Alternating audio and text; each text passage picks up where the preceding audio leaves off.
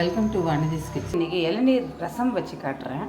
அதுக்கு ஒரு ஸ்பூன் மிளகு, ஒரு ஸ்பூன் சீரகம், ஒரு 3 பல் பூண்டு, ஒரே ஒரு காஞ்ச மிளகாய், இளநீர் வழுக்கை கொஞ்சம் எடுத்து வச்சுருக்கேன், இளநீர் தண்ணி எடுத்து வச்சுருக்கேன். எடுத்து வச்ச மிளகு சீரகத்தோட ஒரு தக்காளி சேர்த்து அரைச்சிட்டு வந்துடும். இதில் கொஞ்சம் போல் அந்த இளநீரோட அந்த பீஸ் கொஞ்சம் சேர்த்துக்கிறேன். கடுகு சேர்த்துப்போம், ஒரே ஒரு மிளகாய் சேர்த்துக்கலாம்,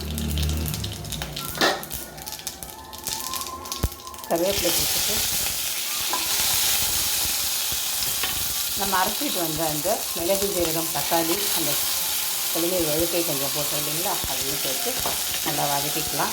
இது கொஞ்சம் நேரம் வதங்கட்டும், அந்த தக்காளியோட பச்சை வாசனை கொஞ்சம் போகட்டும். ஒரு இளநீரை கட் பண்ணோம்னா ஒருத்தர் தான் குடிக்க முடியும். ஆனால் இது மாதிரி ரசம் வச்சுன்னு வச்சுக்கோங்க, எல்லாருமே சாப்பிட்லாம். ஒரு 2 இளநீர் வெட்டினோம்னா ஒரு 4-5 பேர் ரசம் சாப்பிட்லாம். புளி கரைசல் விட்டுட்டேன், அந்த மிக்ஸி ஜாரில் அலசி அதையும் போட்டாச்சு. கொஞ்சம் போல் வழுக்கையை அப்படியே சேர்த்துக்கிறேன்.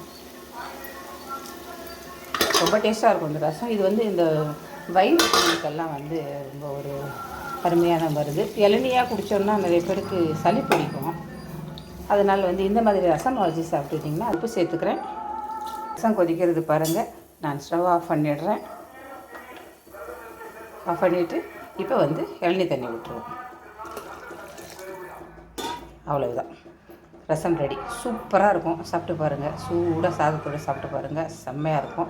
திரும்ப இதை ரீஹீட் பண்ணாதீங்க. சாதத்தை சூடாக வச்சுட்டு இது ஆறிட்டால் கூட சாதத்தை சூடாக வச்சுட்டு சாப்பிடுங்க.